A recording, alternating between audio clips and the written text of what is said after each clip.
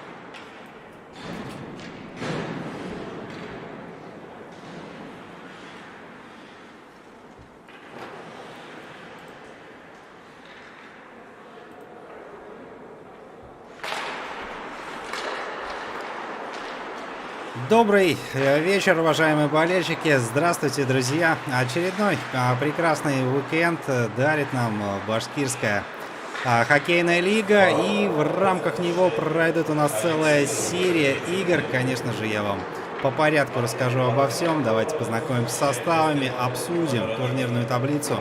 Ну а для начала, конечно же, представим наши с вами команды. По левую руку от нас играет БЭСК. Это башкирская электросетевая компания. Вдруг кто еще не знает и только-только начал присоединяться к нашим трансляциям и конкретно к лиге БХЛ. По правую руку от нас команда «Уралец». Это коллектив, собранный из депутатов Курултай собрания Республики Башкортостан. Матч начался.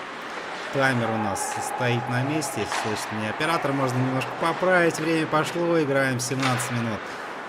Времени игрового 3 периода. И в атаке наблюдаем мы, конечно же, команду БЭСК пока. Не так все просто складывается у этих коллективов по ходу своей деятельности в лиге. Конечно же, представим и турнирную таблицу. Ну, давайте для начала озвучим составы участников. В атаке БЭС здесь пока не представляется. Возможно, мне это сделать и добивание, но на месте отважный голкипер из команды «Уралец». И сегодня в раме ворот начал демонстрировать себя уже с первых минут Рустем Ахунов. Ну и раз начали с «Уральца», давайте все-таки озвучим составы. Пара голкиперов. Рустем Ахунов 11, Алмаз Хасанов играет под номером 1. А его коллега, так, БЭСК, что предложит нам здесь коллективы. Шайба переходит в среднюю зону, и мы пока можем продолжить дальше составы. Нападающий команды «Уралец» Степан Полянский играет под номером 99, Антон Матрёнин 29, Юлия Краснова 6, Евгений Астафьев играет под номером 19. Далее Игорь Черников 77-й, Кирилл Ивлев номер 91, 10-й номер Сергей Иванов, Попов Егор играет под номером 9, 97-й Алексей Косарев, Альберт Газизов 21, Камиль Гулев играет под номером 18, Илья Бжиганенко 68-й, Ахмадулин Евгений номер 2, защитник Уральца Григорий Долбань номер 12, Дмитрий Максимов 78-й под 24 номером играет Камиль Ахунов. И вот Венер Галиакбаров в заявке записан от руки, но, к сожалению, без номера. Поэтому по ходу вместе будем с вами разбираться, дорогие друзья. Если что, попрошу вас в этом мне помочь.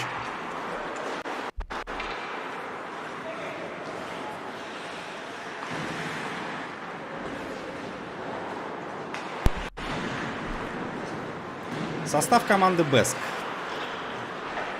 В воротах Рамиль Загидулин 51-й, Олег Сидоров под номером 31, вратарь БЭСКа. Полевые игроки: Даниил Сидоров 7-й, Владимир Пескунов 10-й, Дмитрий Шеймарданов номер 11, Эльдар Раскулов 13-й, Евгений Еловенко номер 15, Алексей Рождественский 18-й, 19-й номер Вадим Петров, 21-й Искандер Салихов, 23-й Минервин Сергей, Юрий Богданов 29-й, Юрий Филиппов играет под номером 39, Дамир Гарип 88, Илья Сагеев 93, Алексей Файрушин играет под номером 97. Вот в таком составе представлена команда БЭСК. Позади у нас уже 4 минуты первого периода. Счет в этом матче пока у нас не открыт. Будет ли добивание от БЭСКа? А вот здесь, конечно, ну, давайте будем откровенны. Юрий Богданов уже после того, как Рустам Ахунов шайбу зафиксировал, пытался как-то дальше, да, ее продавить там в створ ворот. Но вот, конечно, такие действия обычно защитники у нас не любят от слова совсем. И на первых минутах матча как бы мог создать, конечно же, Богданов здесь напряженную обстановку в зоне. Но и без того она была создана. Прекрасную атаку демонстрировали нам энергетики. И давайте понаблюдаем, чем же все-таки сможет ответить Уралец. Долбань переводит игровой снаряд направо на коллегу. Здесь Камиль Гулов обыграл, да, несколько защитников БЭСКа, но вот не стал уже сближаться с голкипером энергетиков, а на этом фоне уже последние развивают свое нападение. Дмитрий Шеймарданов Прокатился по правому бортику. Игровой снаряд у нас перемещается. Во владение Беска. Рамиль Загидуллин довольно далеко, да, согласитесь, выкатился от своих ворот. Рамиль здесь, конечно же, рисковал, потому как один из нападающих уральцев уже пошел в высокий прессинг и там пытался шайбу-то у Загидуллина отобрать, как минимум.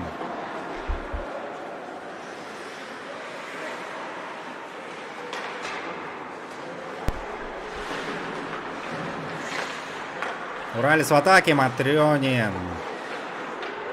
владеет шайбой, ищет кого-то из партнеров, ну и не особо-то предлагает себя кто-либо здесь. Антон Матрёнин принимает решение дальнего броска от синей линии практически, в надежде, возможно, кто-то из партнеров на добивании. Вторым темпом эту атаку поддерживает. Однако, нет. Сидоров. Ой, какая классная скидка сейчас была на партнера. По-моему, Гарипов, да, там замыкал уже эту атаку, но вот по шайбе-то не попал. Дамир Гарипов. Откатываемся снова в зону Беска. Развитие этим действием задает Алексей Рождественский. Шайба перехвачена. Белые контратаку уйти пока не получается. Игорь Черников потерял равновесие и также контроль над шайбой. Передача здесь намечалась на него. Даниил Сидоров с левого фланга. Как же здорово сейчас под перекладину, да, практически оформляет это первое взятие ворот. Давайте посмотрим на повторе. Первым броском не получилось. Оказался он блокированный. Сразу два защитника препятствовали ему. Находился там Дмитрий Максимов и Григорий Долбань. Но вот, однако, ловкие действия Данила Сидорова все-таки позволили продолжить эту атаку. И уже вторым броском, можно сказать, на добивании счет матча открыт. 1-0. Беск выходит вперед спустя 8 минут игрового времени. Ивлев. Наброс на ворота. Там уже Черников. Ну и интересно будет посмотреть, как же все-таки сможет уралец активизироваться на фоне пропущенной шайбы, или вот по-прежнему доминировать на этой площадке будет Беск у нас. Ну, не сказал бы я, да, прям, что как-то доминирует этот коллектив.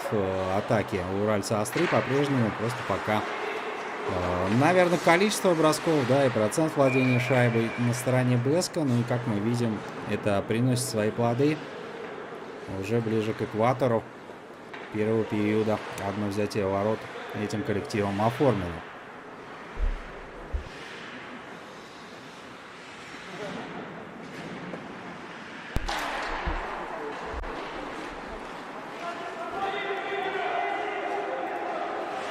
Предлагаю обратиться к турнирной таблице. Коллектив энергетиков на данный момент на третьем месте идет. У них 12 игр проведено, 5 из которых удалось им выиграть. В 7 уступили. В целом 14 очков в их зачете. Бросок неплохой здесь в исполнении Юрия Богданова. Мы очень часто видим его на острие атак своего коллектива. И, конечно же, исходя из этого, делаем выводы, что это один из ценных игроков в коллективе энергетиков. Частенько на самом острие атаки он находится, как говорится, на вершине, да? Рождественский. Салихов. Беск на третьем месте в турнирке. 14 очков в зачете этого коллектива. Разница забитых и пропущенных 23 против 55. И это, по-моему, один из первых моментов, да, когда, можно сказать, по-настоящему здесь Рамиль Загидуллин вступил в игру. Да, до этого момента создавались, были и броски, но вот как-то там такой прям первый, да, который Рамиль отразил, и, по крайней мере, лично мне он запомнился. Мы его наблюдали только сейчас, и здесь Матрёнин, Антон Сергеевич, что же делает? Антон Матрёнин как-то и вместе с шайбой, да, пытался протиснуться в ворота, вот уже всеми методами и средствами. Уралец предпринимает попытки забросить ответную шайбу. И сейчас, ну, как минимум, Антон Сергеевич Рамиля Загидуллина, да, заставил пересечь синюю линию створа ворот. Это вот однозначно. И факт неоспоримый, но шайбу пока закатить в раму ворот не удалось. Ахунов, казалось бы, давал своим, но вот соперник оказался быстрее по ходу траектории шайбы. Сарихов в своей зоне вдоль бортика отбрасывается, подключается Филиппов по диагонали, не проходит передачу. Бросок уральца, и есть ответная шайба. Это 1-1, дорогие друзья. Автор взятия ворот Алексей Косарев. На ваших экранах повтор момента за 5,5 минут до окончания первого периода. Смотрите, какая здесь классная распасовка была, да? На синей линии Камиль Ахунов. Но понимал Камиль, что соперник вот-вот сейчас уже фактически шайбу-то отберет. Да, я увидел, что вовремя Алексей Косарев на ход направлялся в сторону ворот Беска. Точная передача. И уже дело за Алексеем, который не оставляет никаких шансов. Загидуллину 1-1.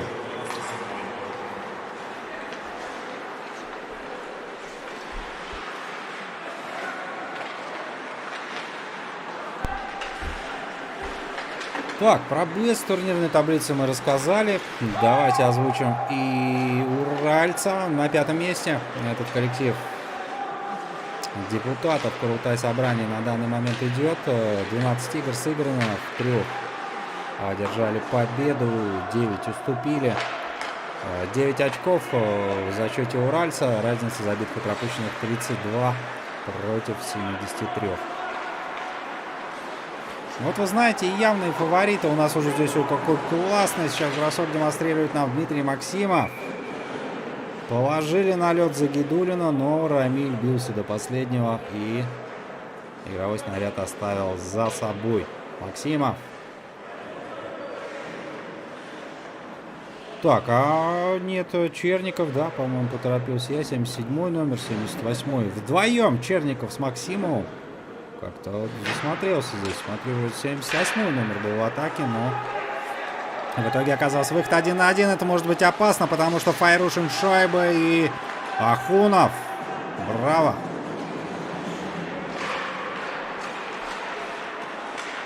Сводит атаку на нет Рустем Ахунов, но, по крайней мере, первый ее темп и второй уже бросок забирает. После свистка Даниил Сидоров пытался крупным планом. Юлия Краснова.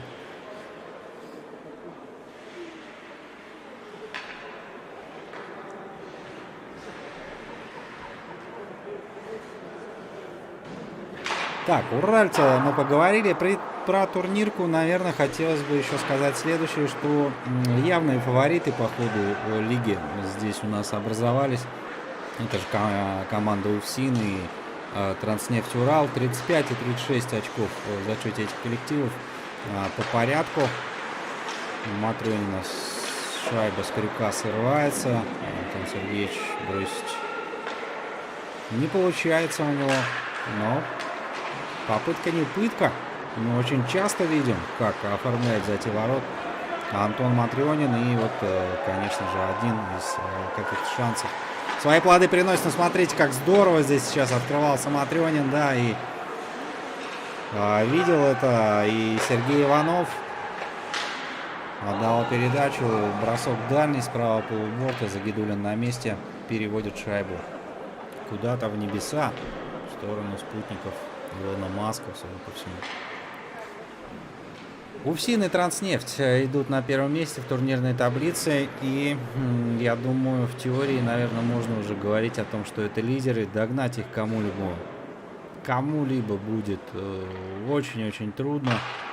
наверное, что-то ближе к невозможному, я бы сказал.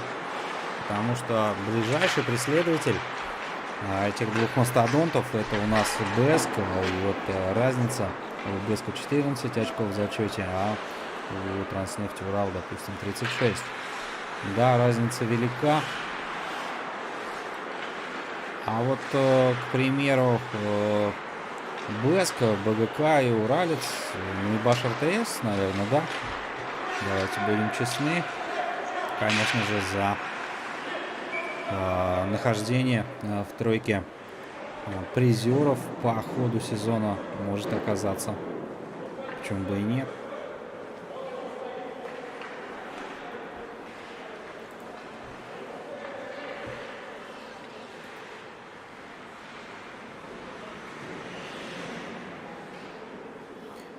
Так, уточняю. В воротах Бэска Сидор.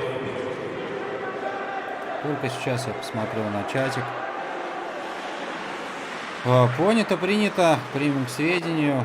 Дело в том, что так, 31, 51, Рамиль Загидулин 51, Олег Сидоров 31, согласно заявке. Спасибо большое за уточнение. Больно жаркая встреча здесь, с пылу жару. Возможно, сразу ты и не разглядел. 31 номер, да, все верно. Олег Сидоров. И вот теперь мы будем вынуждены посмотреть повтор, потому что пока режиссер нам показывал Олега, да, засмотрелись и пропустили гол. Так, здесь концовочка, а вот ракурсы за ворот, наверное, как раз-таки нам покажет полностью этот момент. Да, мы видим дальний бросок, и Ахунов пропускает. Бэск под занавес первого периода выходит вперед. Счет становится 2-1. Немного прервемся, дорогие друзья.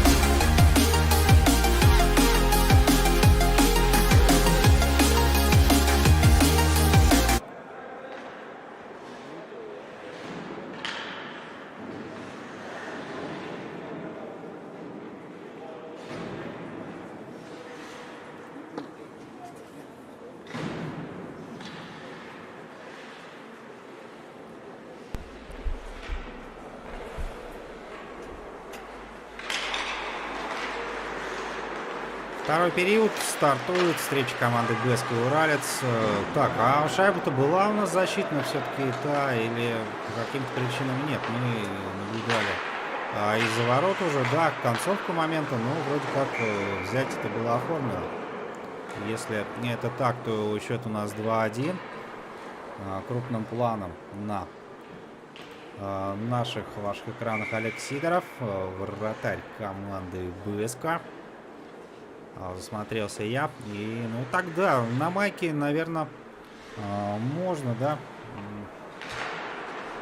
слегка пятерку и тройку, потому что 51 номер у Загидулина, 31 у Сидорова. Заглядеться и вратарей перепутать. Ну, что ж, бывает. Пардоньте. Хайрушин. Перехват в исполнении уральца. Ахмадулин. Евгений.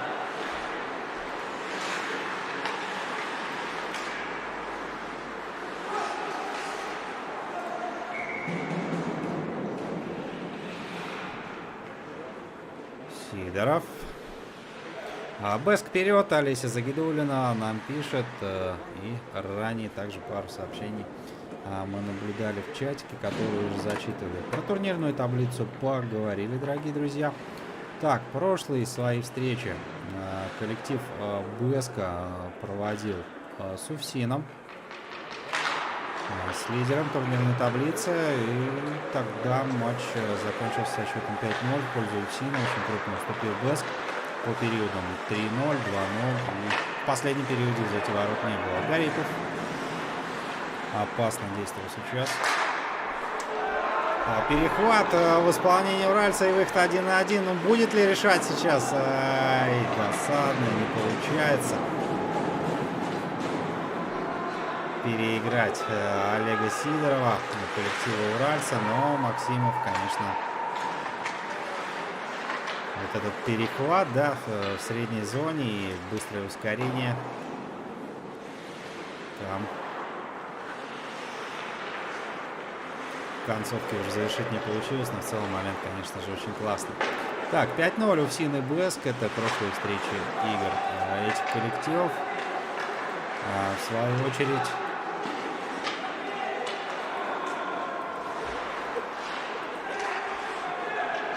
команда Уралец сейчас пока в атаке.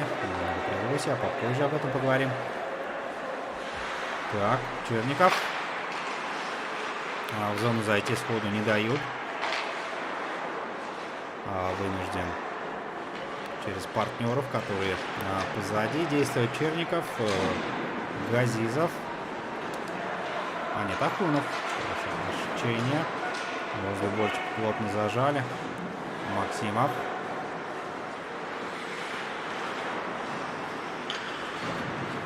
Как ловко-то здесь, да, обходит сразу двоих игроков. Максимов и бросок дальний неплохой. Сидоров на месте. Атака отражена. Ответные действия БСК. Файрушин справа. До Филиппова шайба так и не дошла. Богданов принимал активное участие в этой атаке. Но пока сделать что-либо БСК не получается. 2-1 счет в матче. Второй период в самом разгаре. И вот если коллективы смотрелись в целом равно, да, по ходу первого игрового отрезка, то как-то под конец уже гол в раздевалку оформил БСК. И сейчас вот счетное табло, конечно же, в пользу них. Если не наблюдать, ну, допустим, если представим, не смотрел бы тот период первый, да, присоединился только сейчас к нашей трансляции, можно было подумать о том, что БСК здесь ведет и лидирует. Ну, так и есть, наверное, пока. В плане контроля игрового снаряда здесь все показатели на стороне БСК.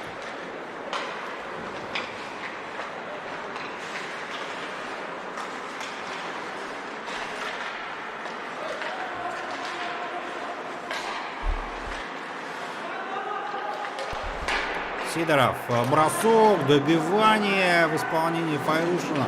В штангу прилетает шайба. Нету взятия. Ахунова сейчас выручает, как говорится, лучшая подруга вратаря, штанга. Ну и в целом коллектив уральца. И вот здесь ловко Даниил Сидоров. Практически по-футбольному, да, там. Сначала показалось, ну, чуть ли не на грудь принял шайбу Сидоров. Ну, вот, да, все верно. И видел траекторию полета шайбы, сделал подправление, как бы убрал корпус, да, в то же время и закрывал обзор Рустему Ахунову. Но вот благо для уральца шайба так и не дошла. Так, капитан депутатов Антон Матрёнин поборолся, оставил шайбу своим коллективом, и у нас первое удаление будет.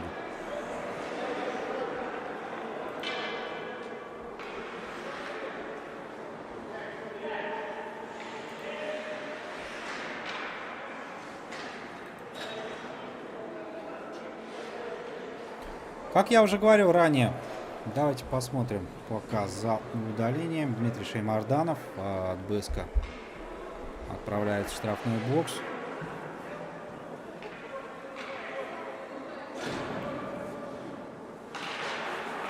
Остается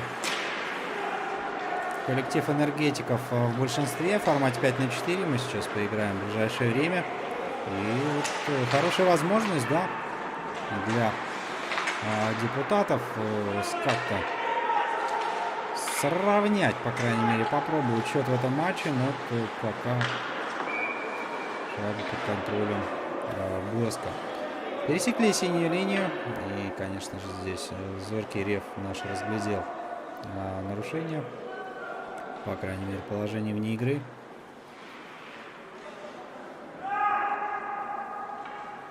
Только-только, казалось бы, энергетики смогли закрепиться во владениях уральца, но тут же его снаряд предательски покинул. Ахмадуллин. На ваших экранах обыграл всех, практически не смог обыграть только Сидорова.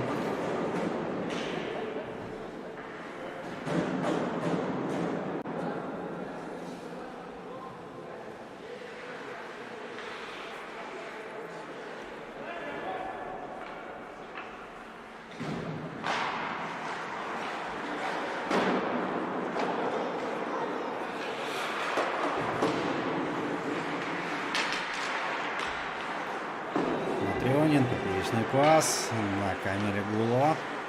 Гуло дальше на синий, тут же наброс на ворота. Матрионин. Ахмадуллин. Гулов. А вот ловко перехватывает сейчас шайбу энергетики, и как бы небольшое напряжение какое-то, да, повисло, на мой взгляд, по крайней мере, в зоне Беска. Но здесь защитники ловко сумели шайбу взять, а здесь не менее интересней. Юрий Богданов обыграл защитника уральца, и более того, на подходе едва-едва не обыграл и Рустема Ахунова, вратаря команды. Экватор второго периода прошли с вами, дорогие друзья. Счет по-прежнему 2-1. И в этом периоде на данный момент заброшенных шайб мы с вами не наблюдали. Как я уже говорил ранее, насыщенная неделя это в плане игр у башкирской хоккейной лиги.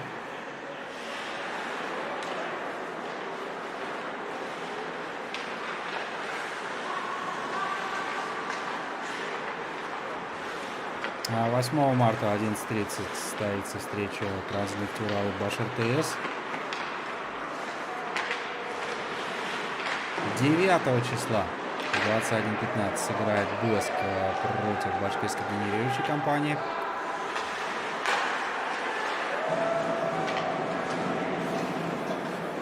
Какой-то шедевр, да, я просто не могу других слов подобрать сейчас. Энергетики разыгрывают здесь и оставили Файрушина 1-1 с Ахуновым. Там просто ювелирная передача практически была. Но вот, наверное, если скажу я так, что Рустем Ахунов на данный момент тащит, да, уралец. Я думаю, болельщики со мной согласятся. Я обращаю внимание на защиту, исходя из чего делаю такой вывод. Обращаю внимание на защиту, конечно, здесь есть ряд вопросов, наверное, однозначно к ним, да, но что делает Ахунов? Сколько выходов, фактически 1 на 1, вот в втором периоде даже довольно большое количество моментов создает команда Беск, но Рустем, конечно, брал. Что-то из разряда невозможного на данный момент. Он сотворяет, другое дело, сколько сможет в таком темпе еще Рустем Ахунов оборонять ворот своего коллектива, пока лично мне непонятно.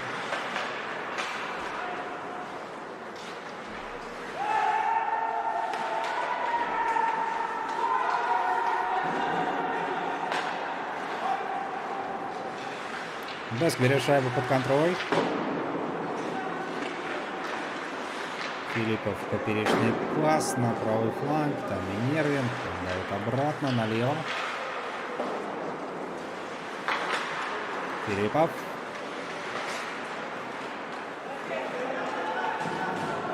Так, про насыщенную неделю я говорил. 7, 8, 9 про игры рассказал. 10 марта немножко прервусь. Филиппов. И где шайба у нас? А шайба у нас в амуниции Рустема Ахунова. И пока створ ворот она пробраться никак не может. Так, 10 марта, да, вот не сказал я, что будут сразу 3 встречи у нас.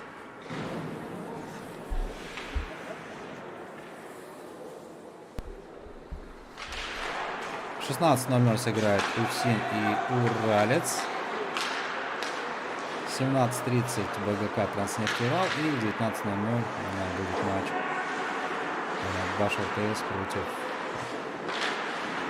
башкирской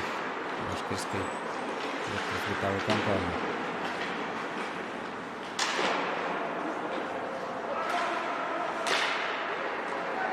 Электросетевой компании, да, поправка. Файрушин по диагонали на Рождественского. Там уже дальше ничего не смогли предпринять.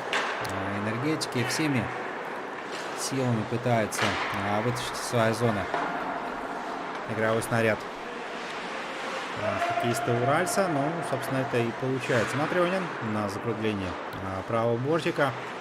Есть Ахмадулин, можно, по идее, через него, что и делается. Ахмадулин сразу наброс на ворота, на добивании никого нету. Иванов слева.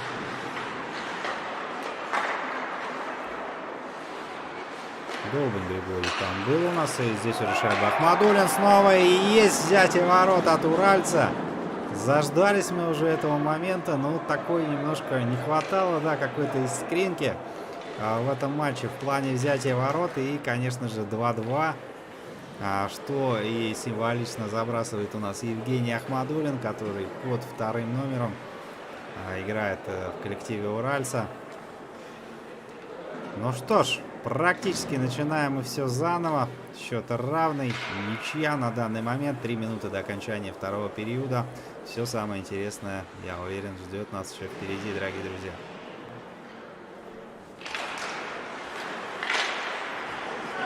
Шайбу забросил Евгений Ахмадулин на второй.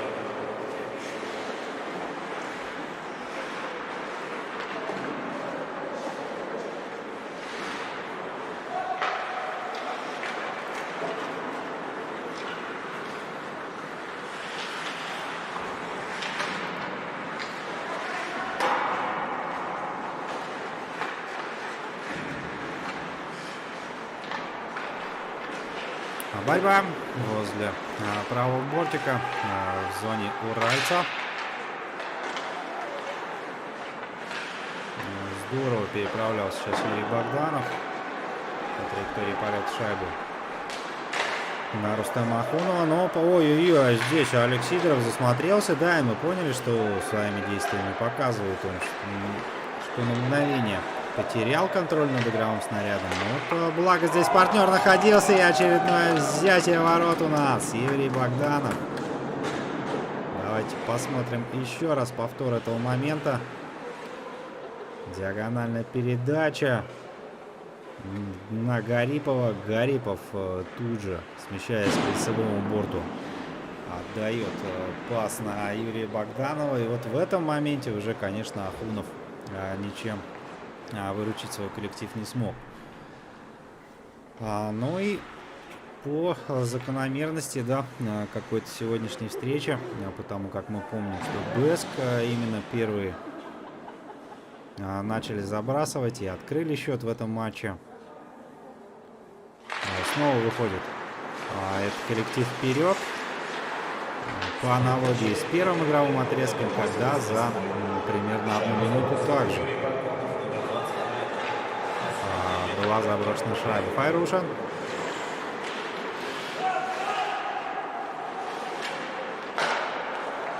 Шайба Камиль Гулов. Фланг атаки меняется, но и покидает пределы игрового поля черная каучуковая таблетка.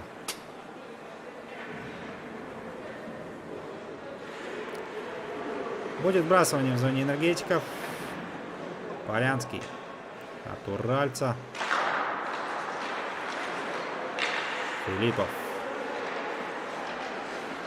Да, едва-едва Краснову здесь тоже не поджали. Эти опытные игроки. А вот там на точке вбрасывания это интересный момент был, да, потому что Полянский действовал, ну, не сказать, что агрессивно, да, но так по-боевому все-таки шайбу хотел оставить за собой. И вот даже я увидел, что Юрий Филиппов обратился к рефери, ну, собственно, что происходит. Второй период окончен, 3-2. Немножко отдохнем и услышимся в периоде по номеру 3.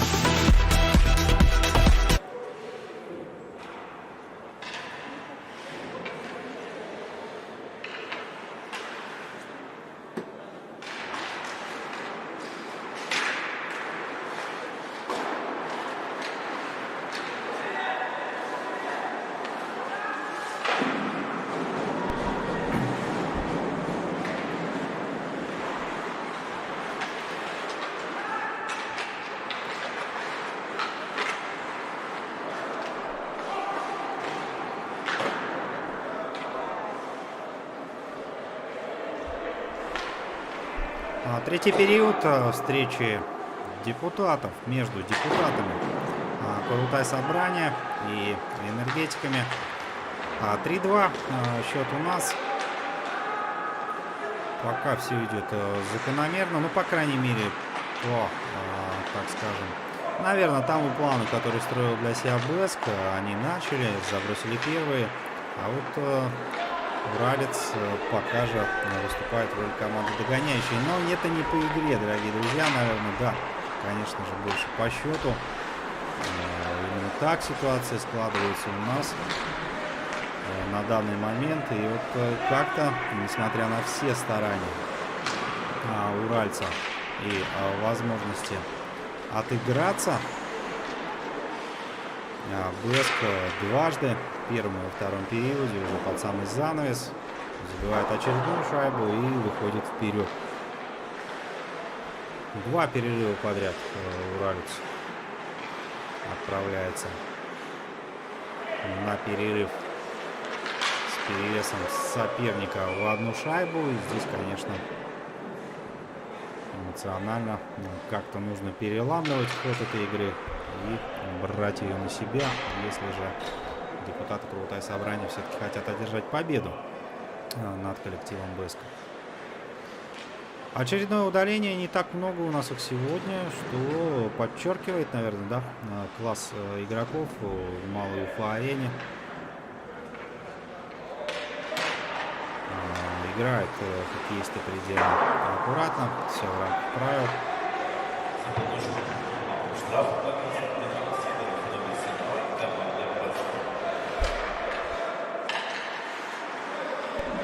А вот не припоминаю я, что было удаление уральца, и насколько помню, есть взятие ворот. Уралец счет сравнивает, большинство реализовывает коллектив в белых майках. Давайте посмотрим еще раз на повторе. Я только начал говорить о том, что не помню удаление в составе команды депутатов. Ну, здорово здесь Евгений Ахмадуллин.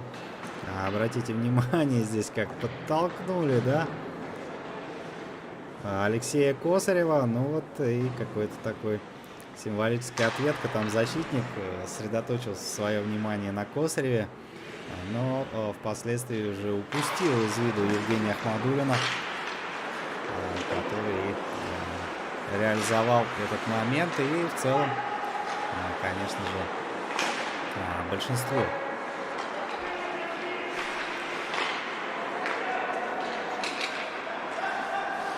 Два удаления у Беска по ходу игры.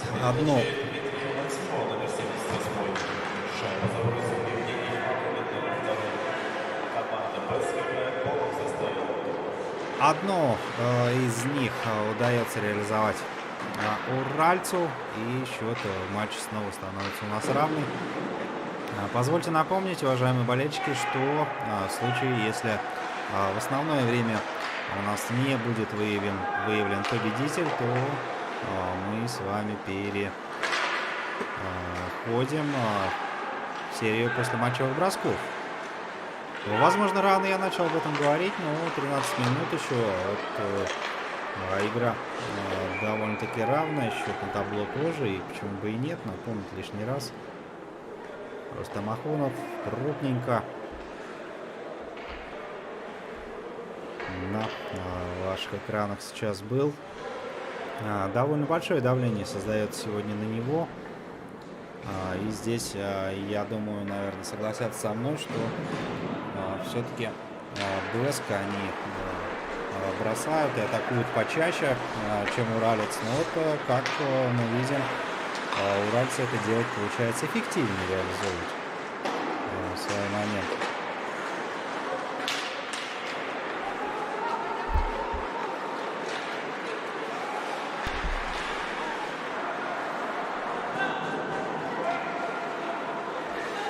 Шайба в зоне Беска.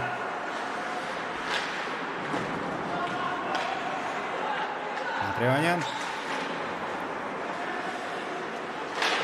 За воротами пытался перевести на Камиля Гулова. Антон Матрионин, но ловкий соперник сделать это не позволил. Максимова плотно встретили в средней зоне, или здесь Максимов сам, владея шайбой, встретил плотно соперника. Пока до конца ситуация не ясна. В любом случае Сидоров сейчас шайбой от Беска и будет бросать. Подставление клюшки от защитника белых. И мы с вами переходим на точку вбрасывания.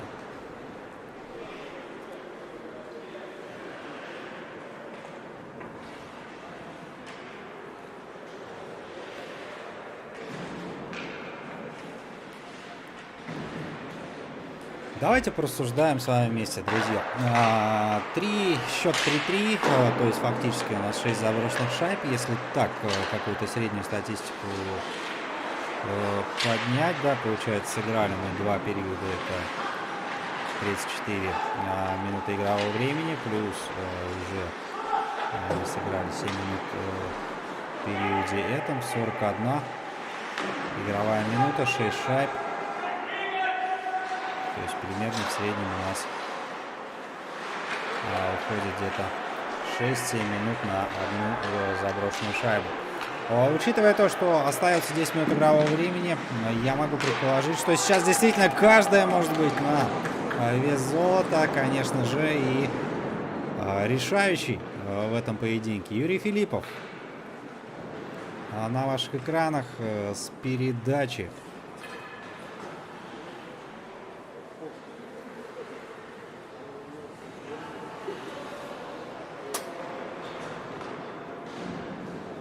С передачи от Искандера Салихова оформлено это взятие 4-3. Команда Беск выходит вперед. Так, а кого-то потеряли здесь, по-моему. Да, в пятерке-то пятого не хватает, как обратили внимание игроки уральца.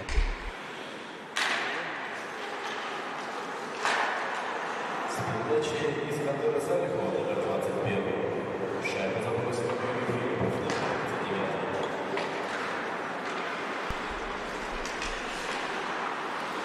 Потеряли одного игрока, но вроде как своевременно нашелся. И мы продолжаем наблюдать за этим поединком дальше.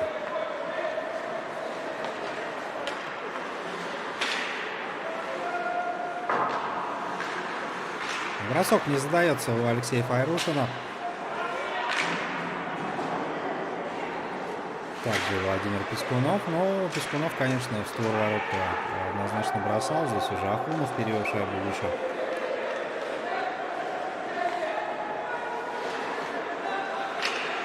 Альберт Газизов.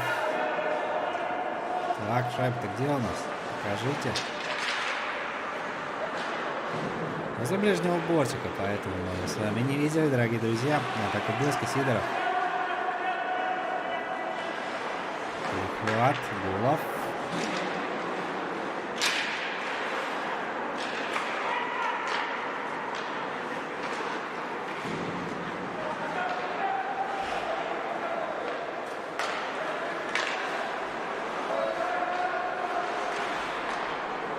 Вот перекочевывает пока у нас игровой снаряд из одной зоны в другую. Довольно аккуратно действует коллектив, и нужно также, я думаю, это отметить.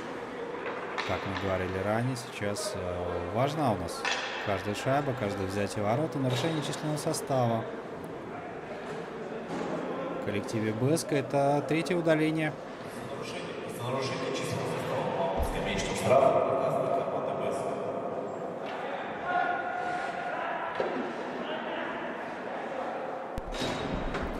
Это третье удаление уже в этой встрече у команды БСК. И позволю себе напомнить, что ранее одно численное большинство уральцу реализовать удалось.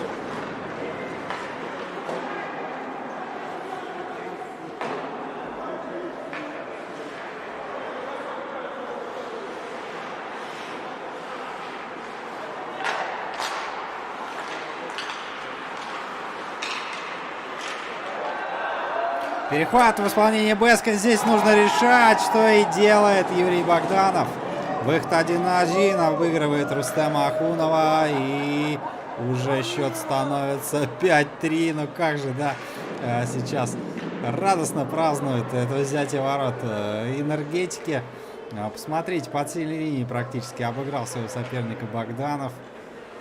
И, конечно же, на подходе еще и вратаря команды уралец Рустема Ахунова обыграл. 6 минут остается до окончания этого матча. И вот точка ли это от БСК в плане победы или нет, пока, честно говоря, даже не знаю, дорогие друзья.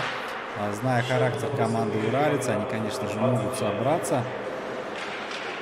Другое дело, ли смогут ли они собраться так, чтобы забросить 2 шайбы. Это нам пока доподлинно неизвестно. Ну и, конечно же, в случае, если БСК сейчас оформит еще одну, то, я думаю, можно будет уже говорить о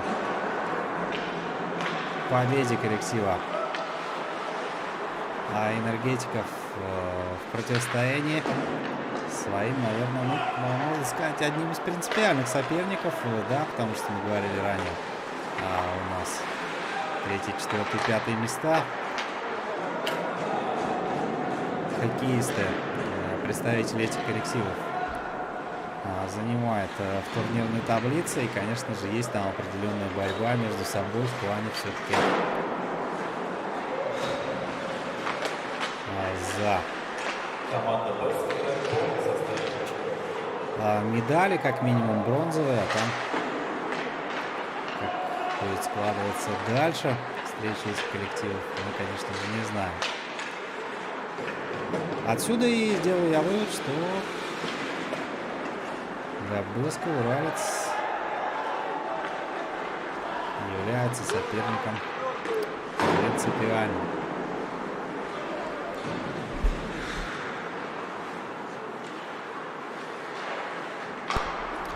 Ну и как мы могли вместе с вами слышать, да, что здесь зрители подсказывают. Давай 4-ю.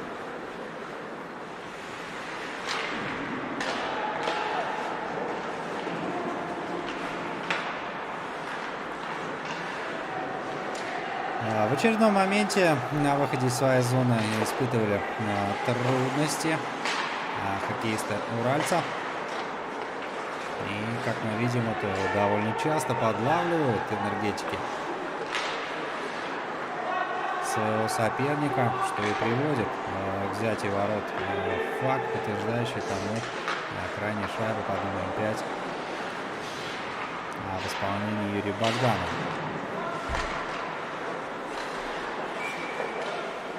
Очередная остановка.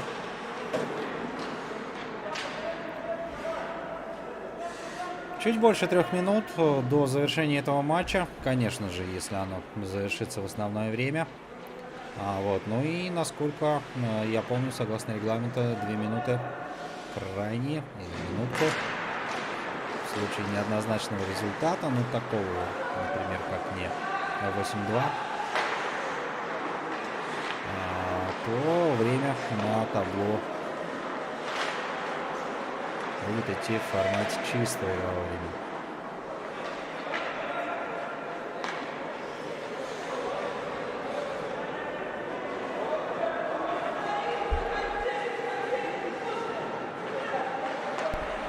Они торопятся никуда, энергетики, да и нету какого-то смысла, у них торопиться, можно сказать. В одном кармане у них уже победа, но чтобы была она полноценной, нужно еще и второй карман ее положить, 2 минуты и потянуть время сейчас, которое работает на пользу игроков БСК. Почему бы и нет?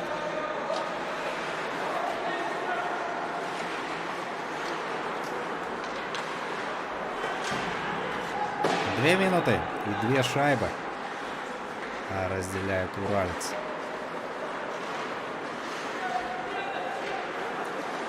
От своего соперника, 2 шайбы в плане того, что нужно их как-то пытаться отыгрывать, если хотят перевести эту игру в серии после матчевых бросков. Представители Курултай-собрания, депутаты Курултай-собрания, 2 минуты до окончания этого интересного матча. Довольно ровно шли коллективы по ходу этой игры. Говорил я уже, что БСК забросили первые, как-то, знаете, так планомерно, отыгрывался уралец. И, возможно, где-то в перспективе могли бы и выйти вперед, конечно, но это 2 шайбы. Последние коллективы энергетиков, конечно же, ход этого матча. Чаша весов, в общем, перевесила в сторону БСК. Здесь, по-моему,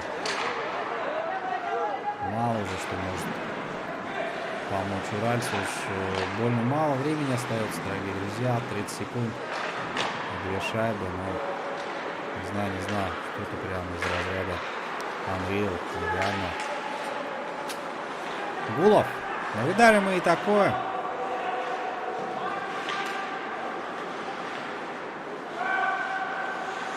Максимов.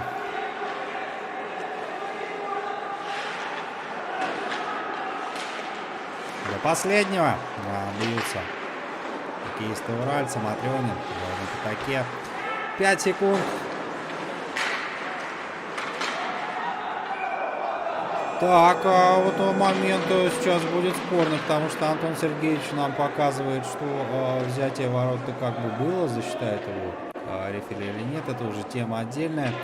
Но в любом случае, дорогие друзья, в этом матче одерживает победу коллектив команды БСК, с чем мы его поздравляем. Уралец, несмотря на все свои старания, смотрелись в этом матче, конечно же, достойно, но позволили энергетикам себя обыграть.